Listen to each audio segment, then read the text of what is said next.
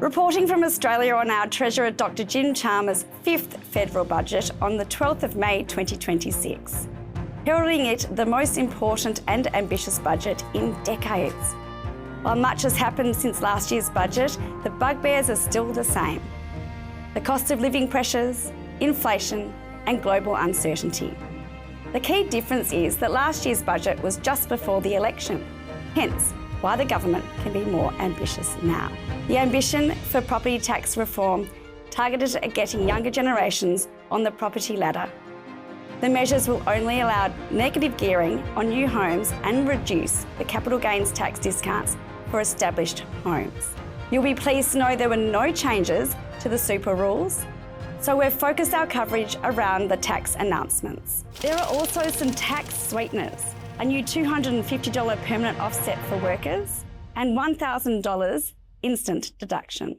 Welcome back to the ALx Report. I'm Alexandra Lowen reporting for the ALx Lowen Exchange with trusted colleagues Nick Yates, Investment Manager at Roadknight Investments Australia, and James Clyne, CEO of the Dillon Clyne Advisory Group, otherwise known for previous media work as Jimmy the Finance Guy.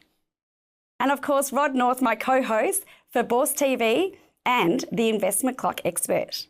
Welcome, guys. Thank you very much, Alex. It's a pleasure. Thanks for having us, Alex. Thank you for being here. Nick, would you like to kick off with what you think of this budget announcement? Well, look, Alex, it's certainly ambitious. I think what we're seeing is the fundamental Europeanisation of the Australian economy. So what I mean by that is looking to a larger social state, a more redistributive model, higher tax, higher spend per unit of GDP, and really moving towards that growth agenda might not be the best way of describing the European economy over the last 20 years, but certainly looking towards that model of economics as opposed to something more in the US, high sort of sink or swim, low redistributive state. That would be the fundamentals of what this budget means.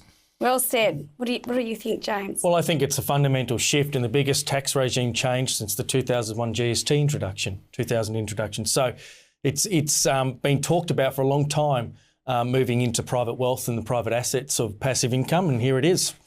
Well said too. Rod. And I guess we've now got a treasurer who's probably the highest tax treasurer we've had in Australia's history, and I think the effects of this are going to obviously play out, in a way that perhaps is going to be interesting, particularly with the people that make things happen in Australia, businesses and people who aspire to create wealth. Are probably going to feel a bit of the pinch here as we'll see a fair bit of redistribution happening. It also perhaps highlights that a lot of the younger people might get a better chance into the property market, but the only thing against that perhaps is the very high migration still coming into the country, because we're probably going to see another increase in our population by about 3 million over the next few years. So that'll be interesting to see how that'll play out, because we've got to build more homes as well and make it a lot easier for the younger generation to get into property. I think that's one of the keys. Absolutely. And on that, James, can you please share what at Dillon Clyne you're sharing with your clients? Yeah, fundamentally there's three mechanisms of which this economy on this tax regime is changing. The first one is about negative gearing. If you remember, negative gearing is the ability to offset the losses on an investment, whether it be property or shares, to offset against other income like wages or other passive income. Negative gearing, as of last night, is effectively finished. The good news, existing assets will remain a negative gearing asset, and that will be grandfathered for as long until that asset is sold. But any new assets, as of 7:30 last night, the negative gearing tax deduction is no longer available, which is the fundamental shift in investment, especially around property here in Australia. That's number one. Number two revolves around the capital gains, that assets in the previous regime that were held for more than 12 months enjoyed a 50% discount on the profit, meaning when you made a profit on the sale of a passive asset, you would only pay tax on 50% of it. That's going. We do have some time as of July 2027, which is next year.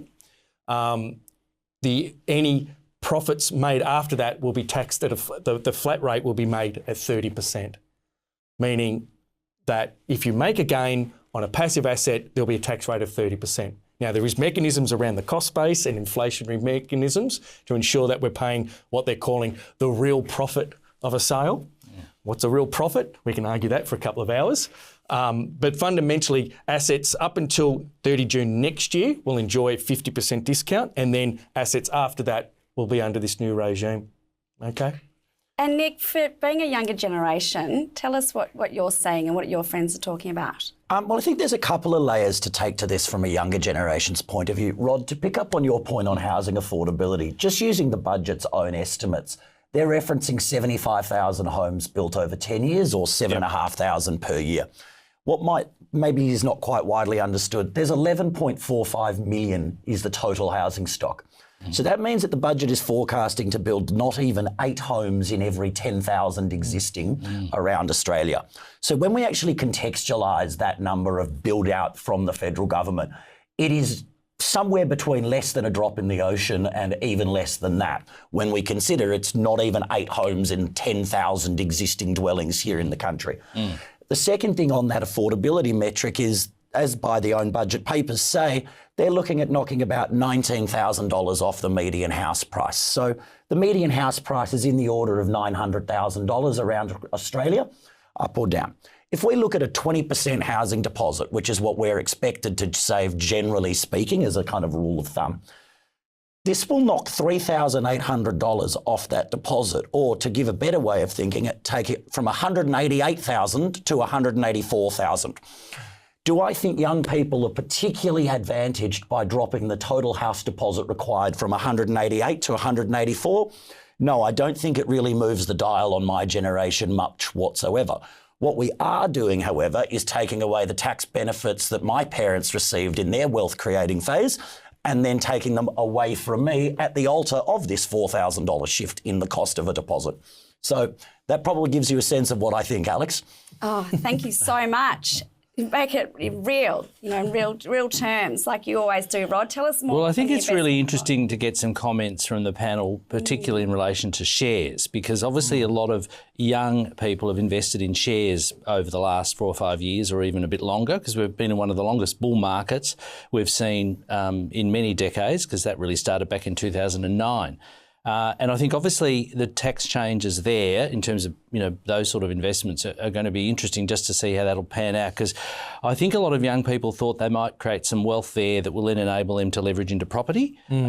So, be interested in what you guys think about that. It's a really good point. The share trading is more volatile and more prevalent, say, than a passive asset like a property, meaning that the capital gains rules are really going to come into play. So, especially in the 2028 financial year, in 18 months' time, we are effectively paying 6% more tax on any significant gain. And let me explain what that is. So the 30% minimum threshold that they've earmarked for these sort of characteristics, we used to enjoy at a maximum 24% tax rate when we had a capital gain above a certain rate. So 48% is our top marginal rate, half that, the 50% discount, 24% effective tax rate. They're actually clipping now 6%. Now, does 6% move the needle?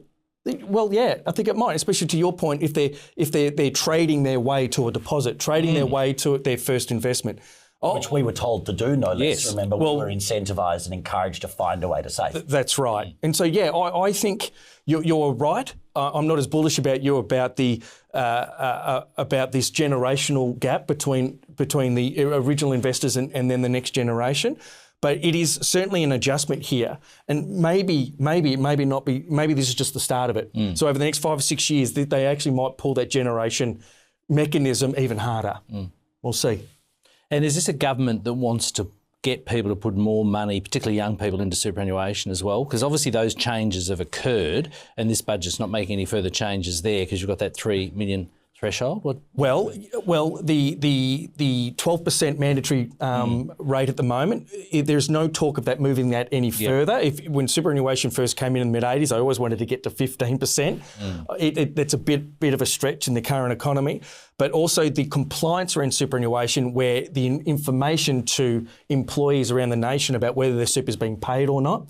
And on the 1st of July for all businesses, we have same-day super requirements, meaning when you make payroll, you are to make the super payment as well, not of this quarter behind thing. So superannuation is going to become more prevalent in as part of an investment strategy, and I believe it's a policy to diversify people away from property. So their wealth creation sits within property, sits within superannuation, and then with active trading and any other sort of business activity. Thank you for watching, and for those viewers who are not advisors, please make sure you speak to your advisor before making any investment decisions based on this video. We are very much so going to get these leaders back. These leaders from Melbourne, Australia, Rod North, James Clyne and Nick Yates. Do send in your questions to news@thealxreport.com and we'll be with you shortly, and make sure you get the latest news on global and local markets. We've got you back, and make sure to keep positive.